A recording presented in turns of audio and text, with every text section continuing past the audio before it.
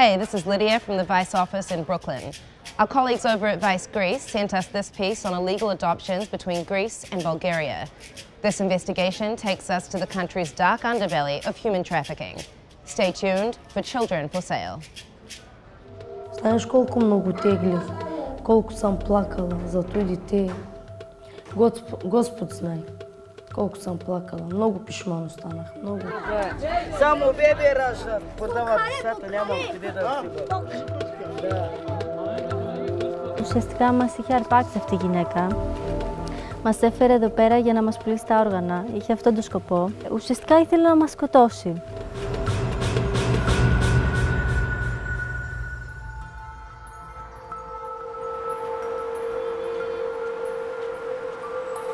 Despite the economic crisis in Greece, the black market for baby trafficking is one business that seems to be thriving and seeing no signs of slowing down. Adopting a child in Greece is a complicated process. By law, even if you are a Greek resident, adoptions from state orphanages can take up to 4 years to complete. But the demand to adopt infants over older children has led some couples in the country to turn to an underground market of dealers who are selling babies from surrounding countries like Bulgaria. Τα ζευγάρια τα οποία δίνουν χρήματα για να υιοθετήσουν ένα παιδί αντιλαμβάνονται ότι συμμετέχουν σε ένα κύκλωμα εμπορίας ανθρώπων? Λοιπόν, τα ζευγάρια που επιθυμούν να υιοθετήσουν ένα παιδί μπορεί να μην το έχουν καν σκεφτεί, γιατί προέχει επιθυμία τους να αποκτήσουν το παιδί αυτό και δεν τους νοιάζει τίποτα άλλο. Θεωρούν ότι ικανοποιείται η επιθυμία τους να αποκτήσουν ένα παιδί και πράγματι πιστεύουν ότι κάνουν καλό στο παιδί. Πρόκειται για ένα κύκλωμα, έτσι. Ναι, βέβαια. Ένα πολύ καλά οργανωμένο κύκλωμα. Στο οποίο κύκλωμα δεν είναι μόνο, ξέρετε, οι φυσικοί γονείς και οι θετοί γονείς, είναι όλοι οι μεσάζοντες που τους φέρνουν σε επαφή. Ποιοι είναι αυτοί οι μεσάζοντες? Κατά καιρούς έχει αποδειχθεί ότι είναι δικηγόροι, είναι γιατροί, είναι άνθρωποι οι οποίοι συστήνουν υποψήφιες μητέρες, οι οποίες θα είναι έγκυες και πρόκειται να δώσουν τα παιδιά τους.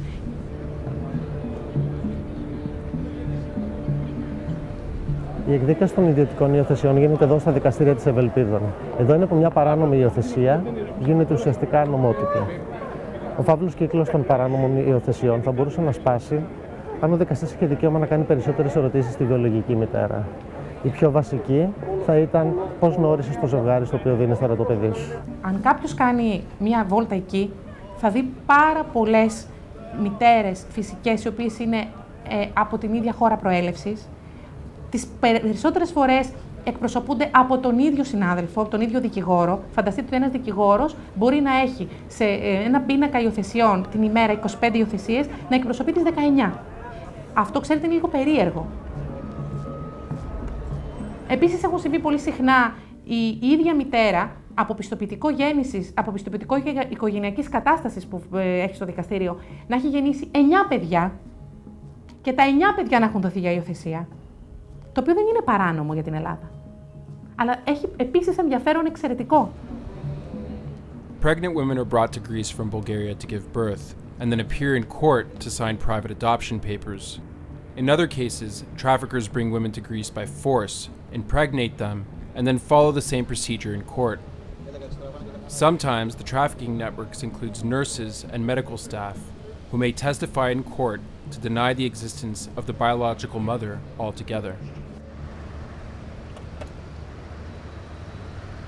Οι περιπτώσεις στις οποίες έχουμε κληθεί να διαλευκάνουμε και έχουν έρθει καταγγελία είναι λίγες, δεν είναι πολλές. Από την ελληνική νομοθεσία η παράνομη υιοθεσία δεν εντάσσεται σε εκείνα τα δικήματα που θα λέγαμε ανήκουν στον πυρήνα του οργανωμένου εγκλήματος.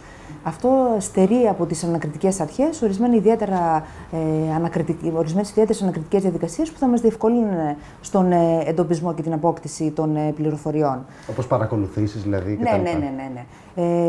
Επιπλέον, εφόσον δεν έχουμε τέτοιες καταγγελίες, αυτεπάγγελτα να αποδείξουμε το παράνομο όφελος και την κερδοσκοπία είναι μια διαδικασία ανακριτικά ιδιαίτερα δύσκολη. Since none of the parties involved in an illegal adoption benefit from filing a complaint against the trafficking ring, regular inspections of the National Registry could be one solution. Whether a mother has given birth in the past or has already given a child up for adoption is something that must be reported to the Juvenile Division's office. We contacted the registry office of the municipality of Thessaloniki to find out how many of these reports have been filed. The registry office, however, declined our request. Ούτε συνέντευξη, ούτε off the record. Γεια σας. Bulgaria has been a member of the EU since 2007, but has the worst economy of any member state. Despite wage increases in recent years, the minimum wage is only around 200 euros per month, while more than 2 out of 10 live below the poverty line. The Roma community live in even worse conditions, while also being isolated from the rest of society.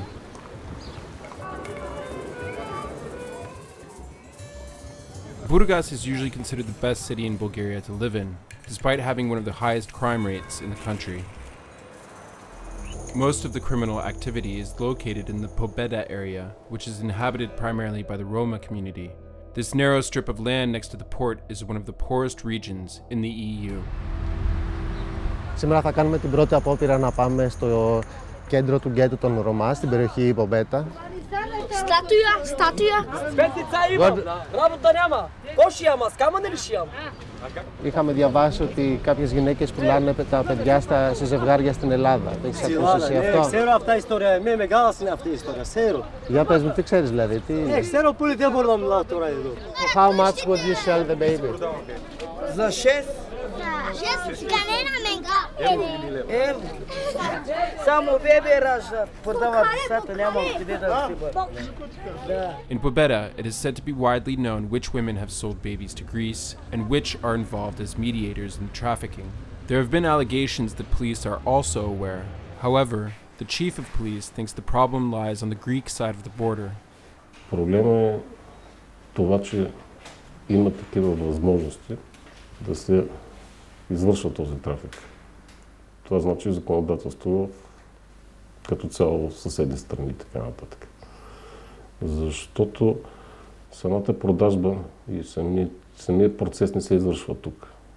От тук евентуално могат да се наберат хората, които биха го направили, биха продали. Why were you in the prison? What happened? Бях невинен. Съдиха ми 10 години, за няма нищо. Трафик за лапите, трафик за деца. How do you feel about the women that sell their kids? How do you feel about them? Те сами идват, вика нямаме къщи, вика. Те сами идват, ние Нозор пирмо не ги карваме. Те сами идват. Искат да си вземат къщи да си вземат. Да, те сами идват. Не Назор, не. Има Господ отгоре, не е хубаво. Вика нямаме пари, нямаме за къщи. And when they come to you, what do you say to them? Те вика, нуждае се, вика, от пари се нуждае, вика. Те имат по 4-5 деца, вика, искат да си вземем къща, това е друго нищо. Аз едно пробност, ама не стана. When you try to sell the baby, how much money would you get? Зависи, 15-20 хиляди лева, български пари. Лева.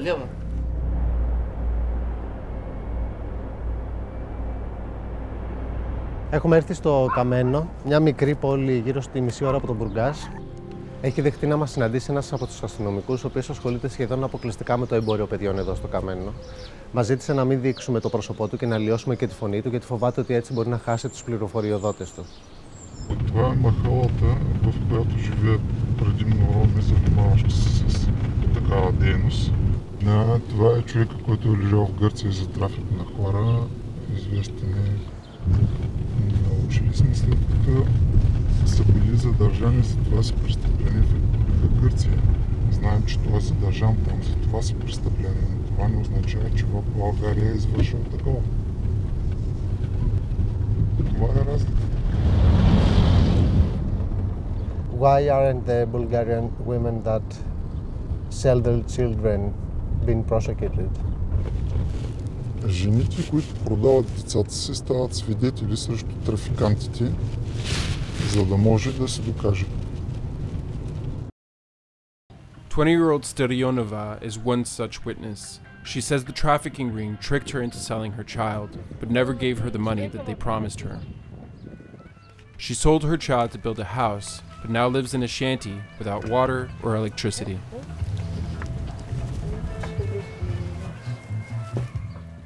Манинко, ама, ко може да се прави? И мръсно е. Знам, че е мръсно, няма пари да се мажи, няма пари да се плати тока. Ще ми стигнат, ама къде ще стигнат? Къщите са скъпи. Само един двор да купиш е 5-6 хиляди лева. То толкова едно беби даваме ние.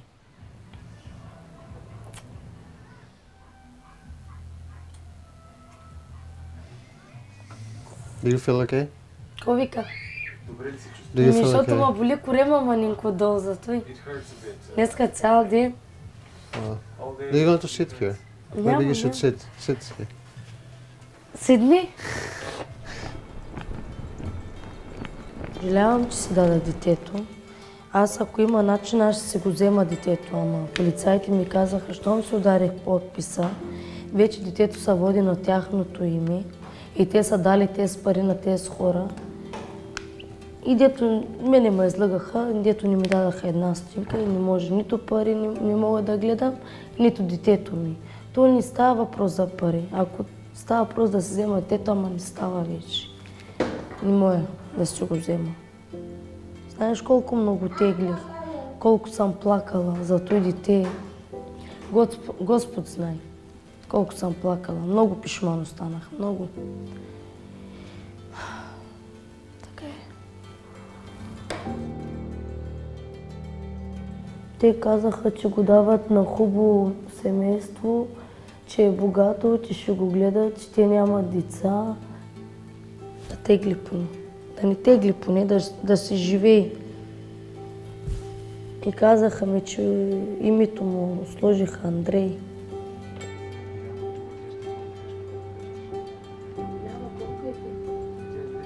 Would you do that again? Would you sell your child again?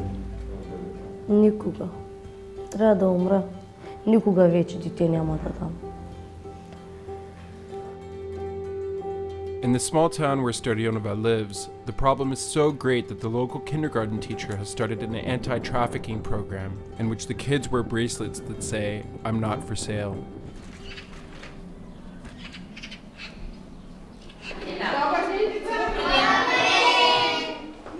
В тази групичка работим по проекта Деца и младежи срещу трафика на бебета и деца в община Камено, защото сме провокирани от събитията, които се случват на територията на общината. Ние тук засилваме работата върху семейството, семейните ценности, обичта и задружната живот в семейството, за да можем индиректно да въздействаме върху тяхното съзнание за запазване целостта на семейството и недопускане на бъдеща продажба на член от семейството навън. Рисувате и какво рисувате? Моето семейство. Моето семейство. И деца, имате ли на ръчичките си гривни? Я покажете на тези гривни какво пише. Какво пише на гривните? Знаете? Така, че не сме за продан. Това пише на книжките, на гривните.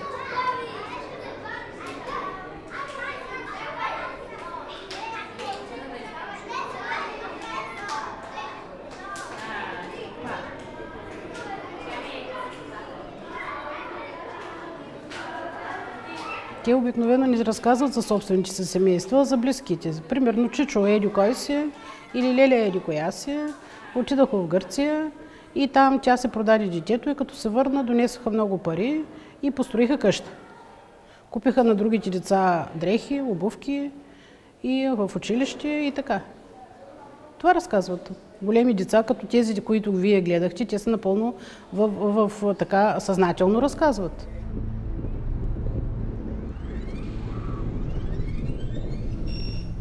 Αυτή η παραγκούπολη λέγεται Μαξούντα, είμαστε στη Βάρνα. Είναι γύρω στη 1,5 ώρα από τον Μπουργκάς. Αυτή εδώ η περιοχή έγινε γνωστή το 2011 όταν εξαρθρώθηκε ένα από τα μεγαλύτερα κυκλώματα εμπορίας βρεφών, περιβόητη υπόθεση Λαμία. The investigation by Greek authorities revealed that Bulgarian women had given birth to 274 infants at the Lamia hospital in central Greece. 107 of the newborn babies were given up for adoption. An NGO in Maskuda has been trying to change the lives of these women over the last decade. Volunteers now visit the settlement to try to convince the women not to sell their babies. Преди 5 години имаше няколко случая, в които бебета бяха трафикирани или бременни жени за Гърция. Те бяха хванати. Така, общността беше много чувствителна към този проблем и в момента, доколкото знам, няма такива случаи, което е добре. До някъде, може би и ние сме повлияли малко на този процес, защото ние като организация имаме клубове, имаме доброволци, които се срещат с други млади хора и им казват каква е цената, истинската цена на едно бебе в Гърция, колко взема една жена. И бих искала да изпратя едно съвсем човешко послание от името на слабите майки и бедните в България към тези хора, които се възползват от това, че те са бедни и имат здравословни проблеми. Моля ви, не го правете, защото заради 1000 лева не знаете какво причинявате.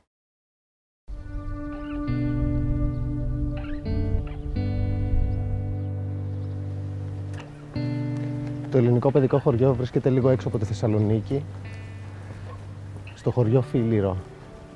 Εδώ καταλήγουν κάποια από τα παιδιά που είναι θύματα της εμπορίας βρεφών. The children who reside here have no family, have been reportedly abused or were abandoned by their families. Πώς μπορεί να επηρεάσει την ψυχολογία ενός παιδιού όταν μάθει ότι κάποιος προσπάθησε να το πουλήσει ή κάποιος πλήρωσε για να το αποκτήσει? Φαντάζομαι ότι και αυτό είναι αρκετά δύσκολο. Κοιτάξτε, είναι πάρα πολύ δύσκολο. Νομίζω ότι παίζει πολύ σημαντικό ρόλο με ποιον τρόπο θα μάθει το παιδί την ιστορία του και σε τι ηλικία θα είναι και φυσικά πόσο προετοιμασμένο θα είναι. Δυστυχώς, τα παιδιά δεν μπορούν να αντιληφθούν ότι αυτά δεν έχουν καμία ευθύνη και πολλές φορές κάνουν και την πολύ άσχημη ερώτηση «Μήπως έφταιγα εγώ?» Εντοπίσαμε ένα κορίτσι 17 χρόνια από την απόπειρα να πουληθεί από μια γυναίκα για να της αφαιρεθούν τα ζωτικά της όργανα. Θα πάω να τη συναντήσω τώρα εδώ στο ελληνικό παιδικό χωριό. Τη λένε Δήμητρα και είναι 20 ετών. Δήμητρα, πες μας λίγο την ιστορία σου. Έχω γεννηθεί στη Ρωσία. Ήμουνα σε ένα ρώσικο ίδρυμα. Από εκεί πέρα, από ό,τι μου έχουν πει, μας έχει πάρει μια γυναίκα, εμένα και άλλα 2 κοριτσάκια. Ουσιαστικά μας είχε αρπάξει αυτή η γυναίκα. Μας έφερε εδώ πέρα για να μας πουλήσει τα όργανα. Είχε αυτόν τον σκοπό. Μας φανέρωσε στα δικά της παιδιά. Μας είχε σε ένα ξενοδοχείο και εμείς σαν μικρά παιδιά κάναμε φασαρία. Έτσι διαμαρτυρήθηκαν μέσα στο ξενοδοχείο και έτσι και η αστυνομία μας βρήκε. Προσπάθησαν να βρουν κάποια στοιχεία για μας. Για τα άλλα 2 κοριτσάκια, από ό,τι έχω μάθει, έχουν βρει, αλλά για εμένα που έψαξαν δεν βρήκαν τίποτα. Ώστε έτσι εγώ να κρατήσω το δικό της επίθετο και ακόμα και αυτή τη στιγμή έχω το δικό της επίθετο. Για μένα αυτό είναι κάτι ξένο, δεν είναι κάτι δικό μου αυτό το επίθετο. Δεν το θέλω, θέλω να το αλλάξω. Μου έρχονται σκέψεις πολύ άσχημες από αυτά που έχω περάσει και δεν θέλω. Θέλω να το αφήσω πίσω μου και να ξεκινήσω τη δικιά μου ζωή, να κάνω κάτι δικό μου, να τα αφήσω όλα αυτά πίσω και να συνεχίσω εγώ μπροστά. Πώς αισθάνεται όμως ένα παιδί το οποίο μαθαίνει ότι προσπάθησαν να το πουλήσουν?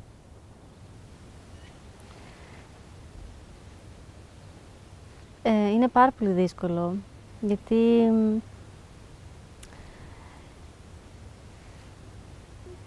λες υπάρχει τόσο κακία σε αυτόν τον κόσμο, υπάρχει τέτοιος άνθρωπος. Στεναχωριέσαι πάρα πολύ, είναι πολύ δύσκολο. Τώρα τι πρόβλημα αντιμετωπίζεις με τις αρχές? Με τα χαρτιά μου δεν έχω ταυτότητα. Δεν υπάρχει πιστοποιητικό γεννήσεως και δεν μπορώ να δουλέψω, γιατί τώρα πια έχω μεγαλώσει κιόλας. Δεν μπορώ να δουλέψω. Αισθάνομαι ένα τίποτα. Ένα τίποτα, πραγματικά. Δεν μπορώ να κάνω τίποτα. Όταν δεν έχεις ταυτότητα είσαι ένα τίποτα. Ένα τίποτα, πραγματικά. Ένα μηδενικό, αυτό. Τα παιδιά δεν πρέπει να εξυπηρετήσουν ένα σκοπό. Εμείς είμαστε εδώ για να εξυπηρετήσουμε τα δικαιώματα των παιδιών. Τα δικαιώματα των παιδιών είναι υποχρεώσεις μας. Εμείς πρέπει να τα εξυπηρετήσουμε. Όχι τα παιδιά με τη γέννησή τους να εξυπηρετήσουν την ανάγκη ενός ζευγαριού για να αποκτήσει παιδί. Αισθάνομαι πάρα πολύ τυχερό, γιατί έχω φύγει από μια ιστορία που ήταν τραγική. Θα μπορούσα να είχα πεθάνει αυτή τη στιγμή, να μην υπήρχα. Και όμως σώθηκα και νιώθω πολύ τυχερή γι' αυτό. With Greece stuck in the vicious cycle of the financial crisis, the government has pushed reform of private adoption laws down the agenda, allowing criminal rings to operate without barriers, trafficking children from Bulgarian slums to rich Greek couples. Όσοι δεν αντιδρούμε σε αυτό που συμβαίνει, είναι σαν να υποάζουμε ένα αυγό που κάνει τρομερό κακό στην κοινωνία μας.